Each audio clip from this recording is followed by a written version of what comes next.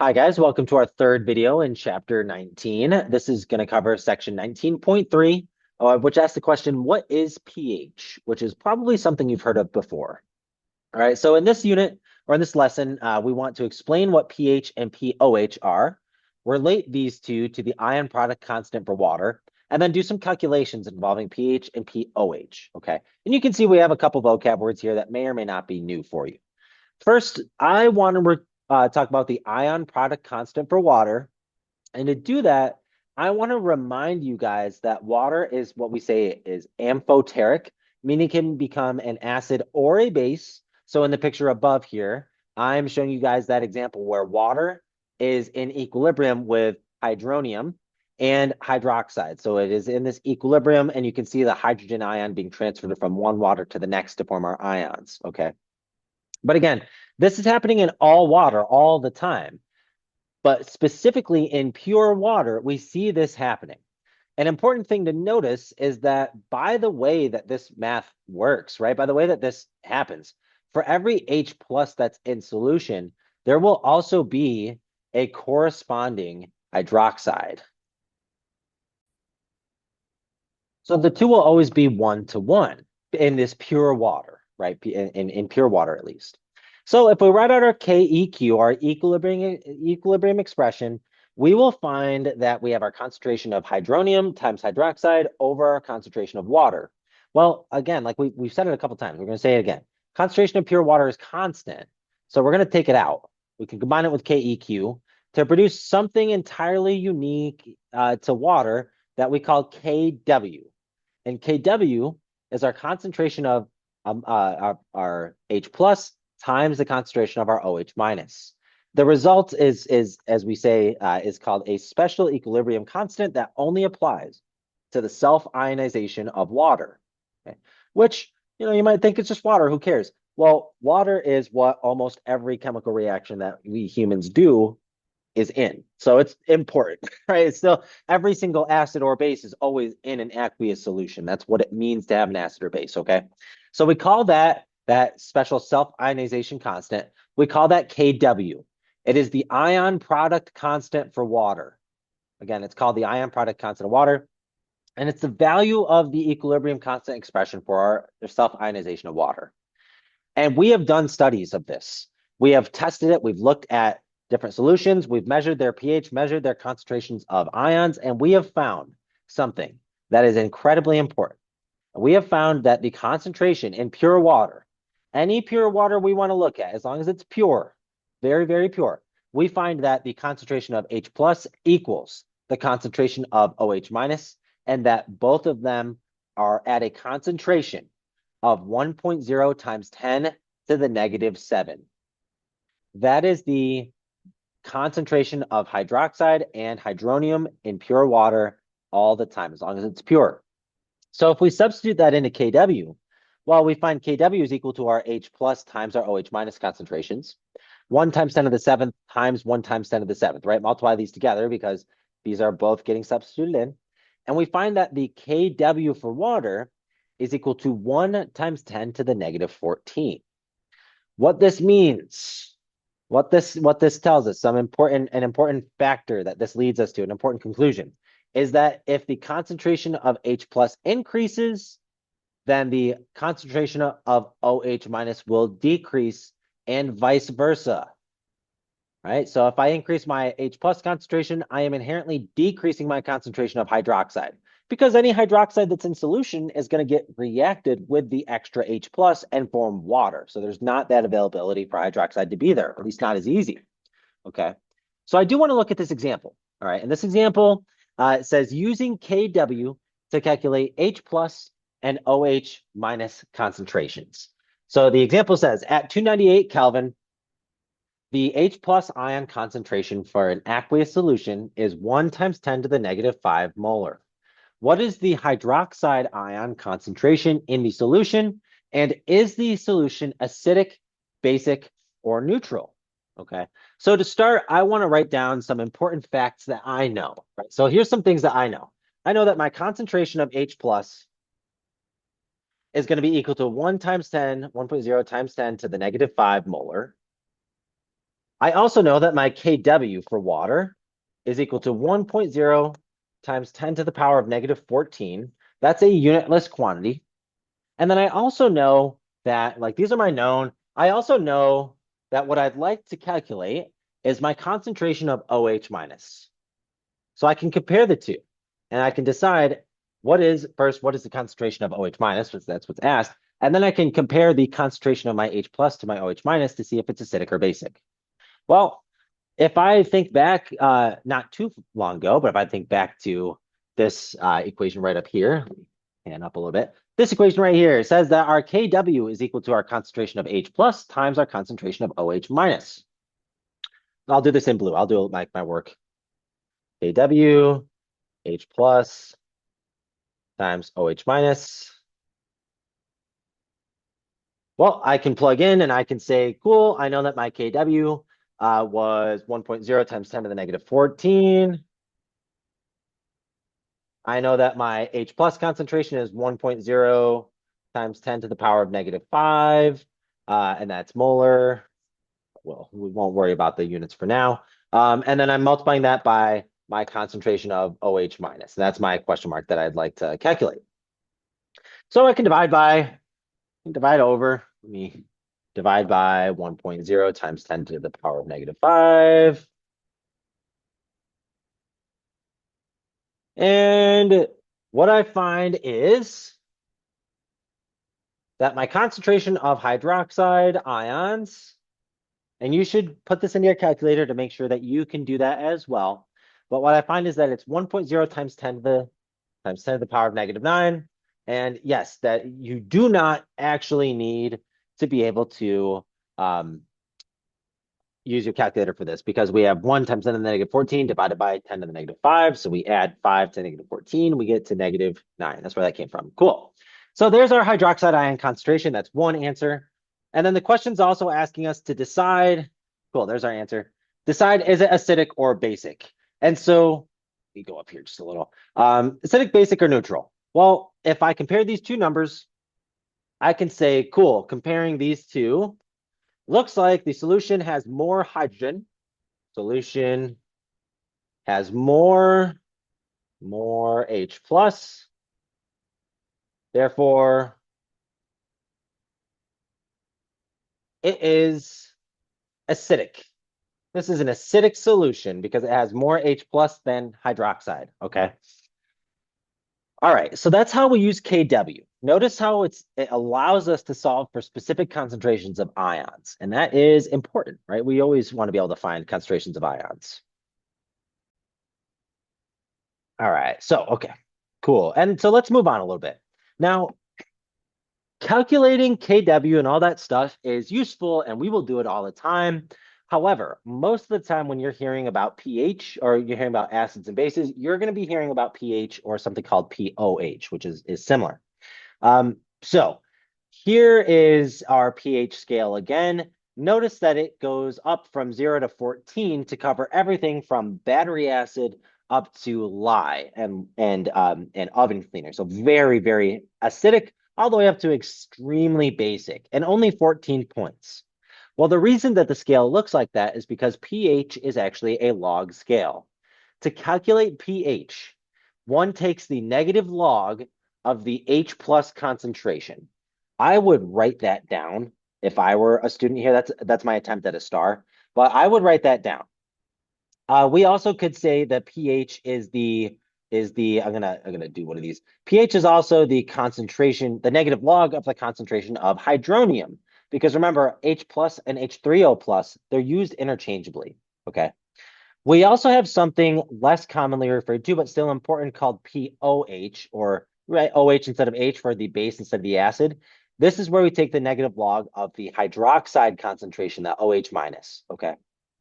Now, because the Kw for water is 1 times 10 to the negative 14, and in neutral water, we have 1 times 10 to the negative 7 molar hydrogen and hydroxide.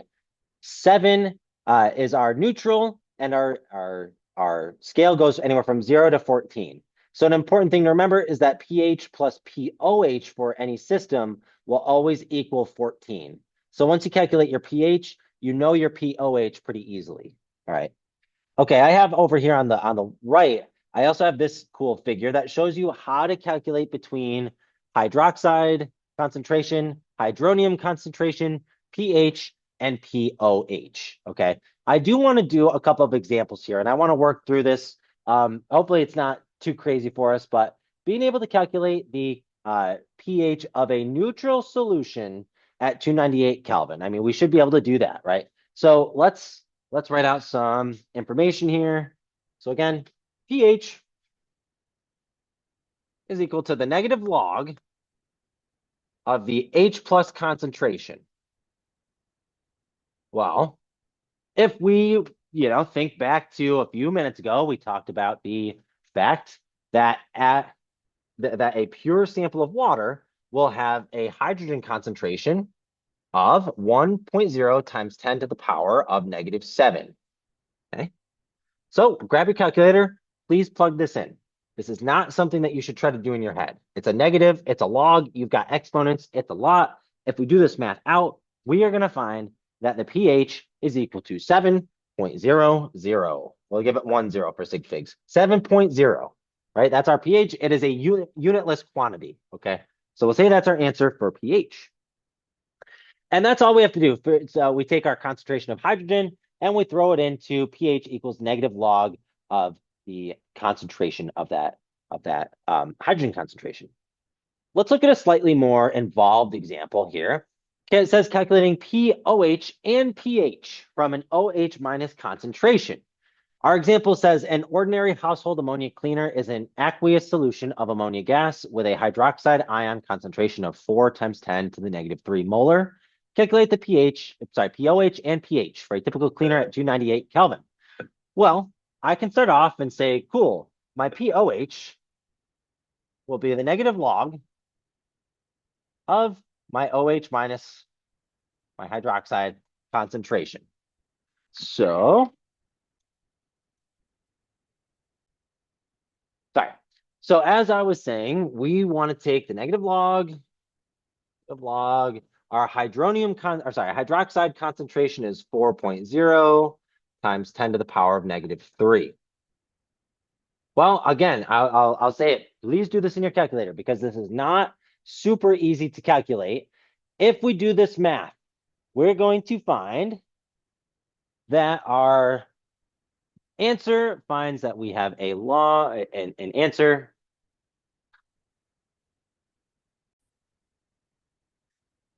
of 2.40.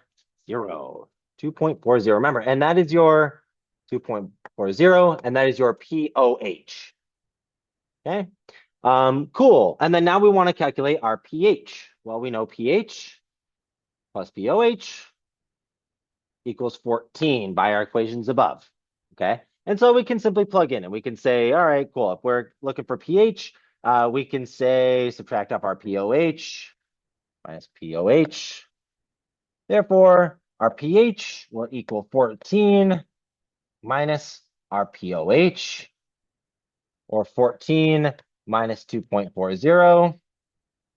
So if we plug in for our pH, we're going to find that it is 11.4. 11.6, and that's our pH. And we can highlight these now. We can highlight these as our answer. Good stuff. All right, cool. So we have pH and pOH, all from a concentration of hydroxide. Okay.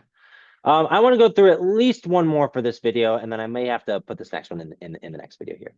But calculating our H plus and our OH minus concentrations from pH. So the question is, what are the H plus and hydroxide concentrations in a healthy person's blood that has a pH of 7.40, assuming the temperature is 298 Kelvin? So if we say pH is negative log of H plus, well, all we got to do is say, okay, erase this real quick. Maybe not. Yeah, we can erase that. But what we want to say is that our pH is 7.40 equals the negative log of the H plus concentration. Well, to get rid of the log, I'm going to raise everything to the power of 10. before I do that, I'm going to multiply my negative across so that this becomes a little easier to handle. So I have 10 to the power of negative 7.40 will equal my H plus concentration. We'll put it in square brackets so we can remember that that's our H plus concentration. Okay, so if I math that guy out and I do the math here, I'll find that my concentration of H plus is 4 times 10 to the negative 8 molar. So 4.0 times 10 to the power of negative 8 molar. Okay, so cool. That's my pH. Or sorry, that's my H plus ion concentration. Now I have a couple of ways that I can go about solving for my hydroxide concentration.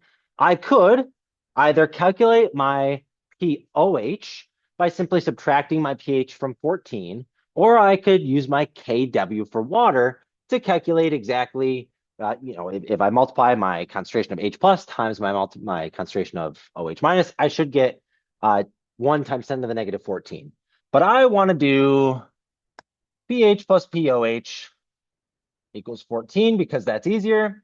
So our pOH, we're going to say pH plus 7. Sorry, I'm going to calculate my pOH. So instead, I'll say 7.40 plus my hydroxide concentration, plus my pOH is going to equal 14. So I can subtract 7.40.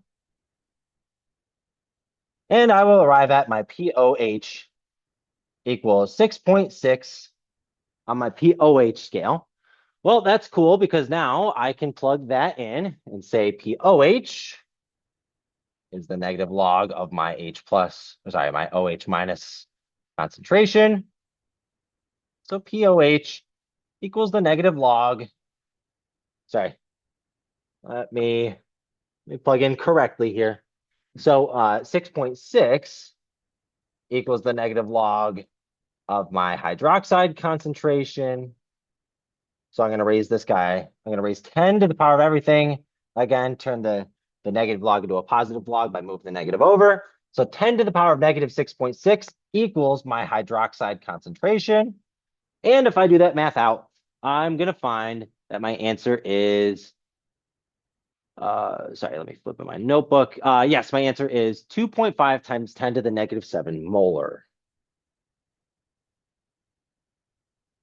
And I can highlight that. And we can say, all right, looking at this, I've got more base than I have acid. So this is a basic solution, which also should make sense because my initial pH is 7.40, which is a basic pH. It's higher than neutral. So that means it's BH. That means that it's a basic solution.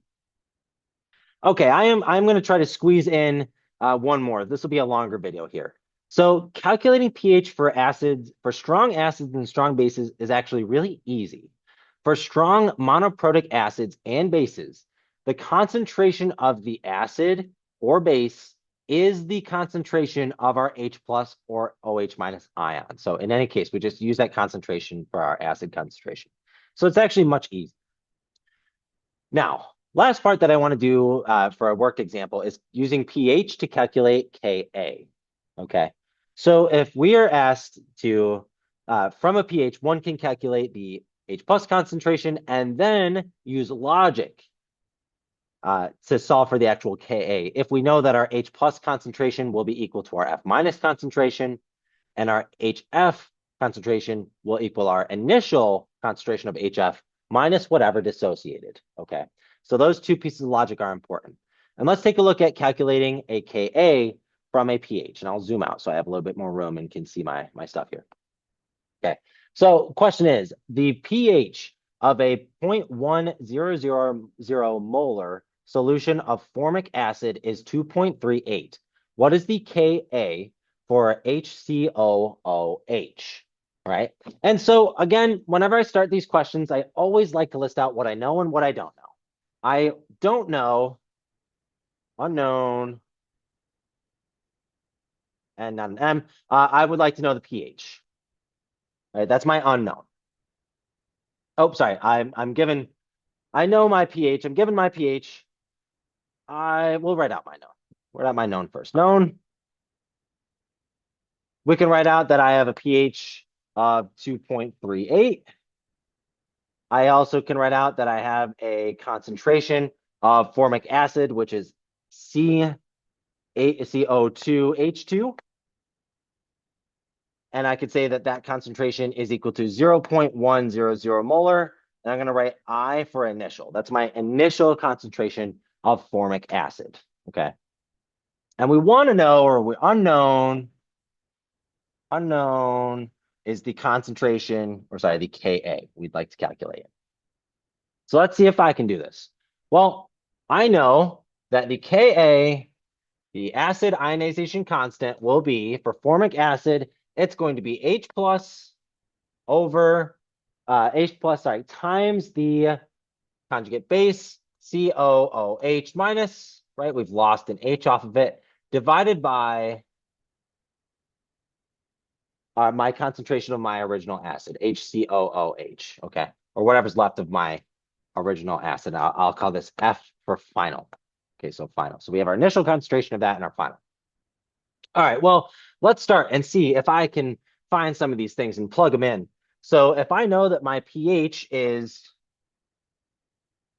the negative log of my H plus concentration, then I know that 2.38 is equal to the negative log of my H plus concentration. So I'm going to bring the negative over, and I'm going to raise everything to the power of 10. And so we'll find that my H plus concentration is equal to, in this example, my H plus concentration is 4.2 times 10 to the negative 3 molar.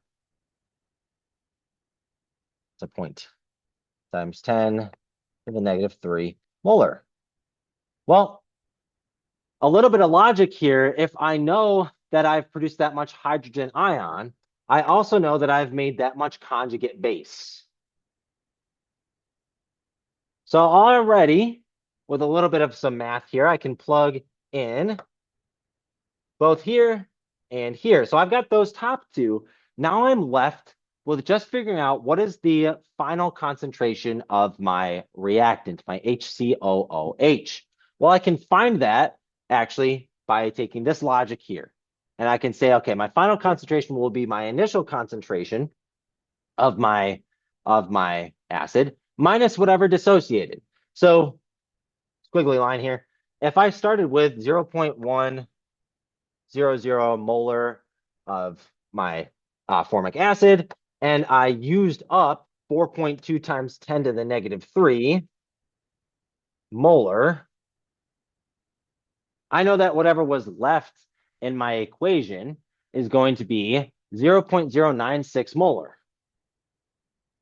That's what's left unionized, undissociated. It's still the acid in solution. Well, now I can plug in. Okay, so I can plug this in. I could say I have, okay, so my H plus concentration was 4.2 times 10 to the power of negative 3 times that again, right? It's the same concentration for my conjugate base, negative 3, and then divide that all by my remaining concentration of formic acid, 4.096 molar. And if I do my math out here, we should find that my acid ionization constant is going to be 1.8 times 10 to the negative 4 for this equation. So please make sure that you can arrive at that conclusion for this setup. I know this is a pretty long one. It involved several different things that we worked on throughout the video, but okay. I want to make sure I talked about it. Last thing, very last thing, sneaking it in before the end of the video. We actually have several different ways to measure pH. We can use a pH meter. We can use a pH probe. We can use different indicator papers, or we could even use indicators that we put into the solution. We measure their pH. And you've used most of these. You just haven't used a meter, which is just a probe you poke in and measure the pH. But all right, guys, that's all I have for this video. Thank you for listening, and I'll see you in the next one.